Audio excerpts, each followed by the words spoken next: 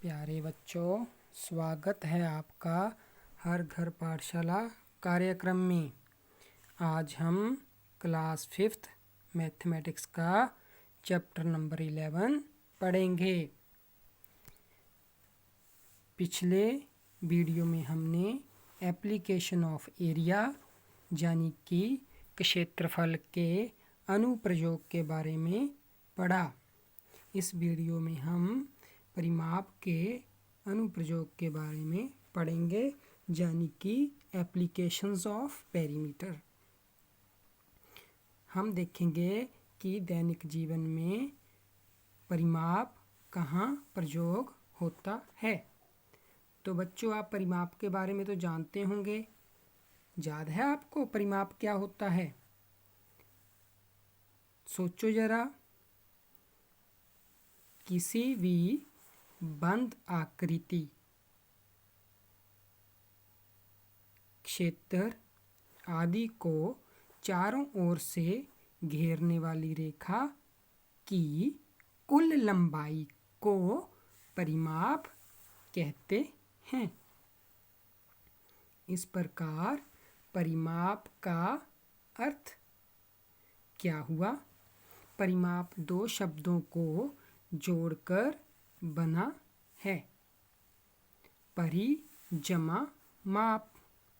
परि का अर्थ है चारों ओर तथा माप का अर्थ है मापना। इस तरह परिमाप का अर्थ हुआ चारों ओर मापना। तो पिछली यूनिट में हमने इसके मात्रक भी पढ़े थे। आप बता सकते हैं परिमाप के मात्रक क्या होते हैं? परिमाप के मात्रक होते हैं सेंटीमीटर, मीटर, किलोमीटर। बच्चों, परिमाप के मात्रक इस बात पर निर्भर करते हैं कि हमारी आकृति की विमाएं के मात्रक कौन से हैं। अगर आकृति की विमाओं के मात्रक सेंटीमीटर में हैं तो परिमाप का मात्रक भी सेंटीमीटर में होगा, और यदि विमाओं के मात्रक मीटर में हों तो परिमाप का मात्रक भी मीटर में ही होगा। तो हमने पिछली वीडियो में दो आकृतियों के परिमाप निकालने का सूत्र पढ़ा था। क्या आप बता सकते हो वो कौन थी? वो थी आयत और वर्ग। तो आप बताइए कि आयत का परिमाप कैसे निकालते हैं? इसका फॉर्मूला क्या है? आयत का परिमाप होता है 2 इंटू लंबाई जमा चौड़ाई।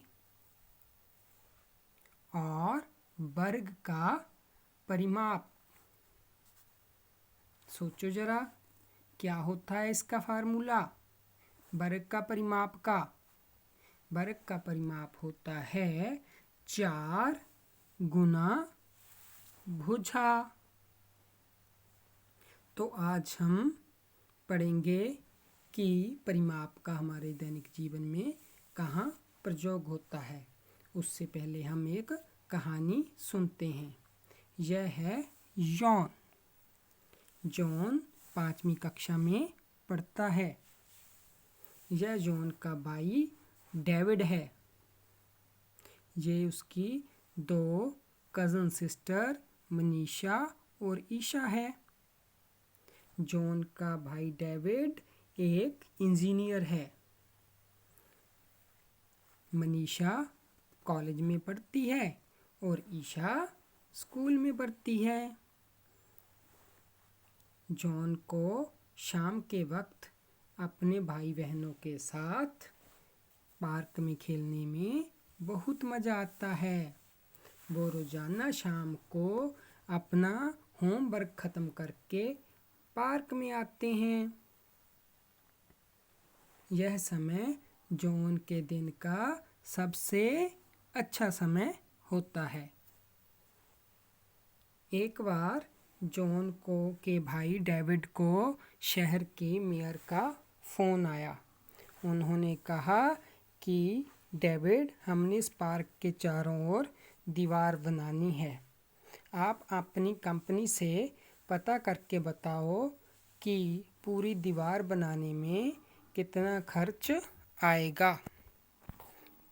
तो जॉन के भाई डेविड ने अपनी कंपनी में अपने बाकी इंजीनियर्स के साथ बात की।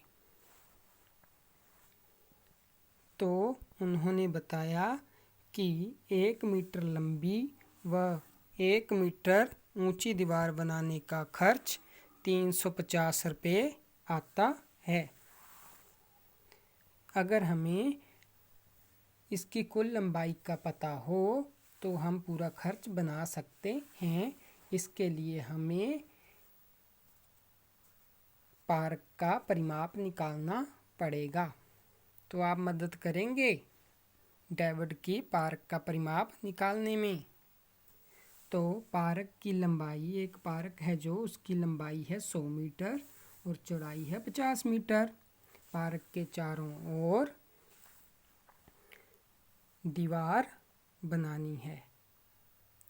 अगर 1 मीटर दीवार बनाने का खर्च 350 रुपये आता है तो पार्क के चारों ओर दीवार बनाने में कितना खर्च आएगा। तो चलो बच्चों, इसको करके देखते हैं। पार्क की लंबाई बराबर 100 मीटर, पार्क की चौड़ाई बराबर 50 मीटर, पार्क का परिमाप बराबर 2 इंटू लंबाई प्लस चौड़ाई। तो ये हमारे पास आ जाएगा 2 इंटू 100 मीटर जमा 50 मीटर। तो ये हमारे पास आ गया 2 इंटू 150 मीटर। तो जब 2 को 150 से गुना करेंगे तो ये आ जाएगा 300 मीटर। इस प्रकार पार्क के परिमाप आया 300 मीटर। इसका मतलब है हमें 300 मीटर लंबी दीवार पार्क के चारों ओर बनानी पड़ेगी। तो 1 मीटर लंबी दीवार बनाने का खर्च बराबर 350 रुपये। 300 मीटर लंबी दीवार बनाने का खर्च 350 गुना 300। अब 350 को 300 से गुना करके देखते हैं। तो 0 से पहले गुना करेंगे ऊपर तीनों को, तो हमारे पास आ जाएगा 0 गुना 0 0 0 0। इसी तरह फिर 0 को गुना करेंगे, पहले काटा गुना का निशान लगाएंगे तो हमारे पास फिर आ जाएगा 0 0 0। और नीचे करेंगे 0, 3 पंजे 15, हाथ से 1 होगा, 3 3 9 1 10।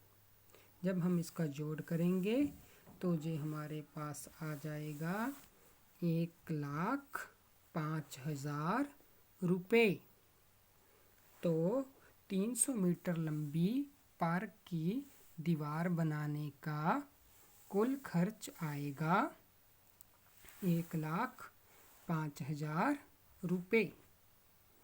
तो जॉन के भाई डेविड ने यह बात मेयर को बताई। तो मेयर ने कहा, ठीक है, आप यह दीवार बनाओ और मैं आपकी कंपनी की पेमेंट चेक से करूँगी। तो जॉन ने कहा, ठीक है। इस प्रकार जॉन की कंपनी ने 1,05,000 रुपये में वो दीवार बनाई।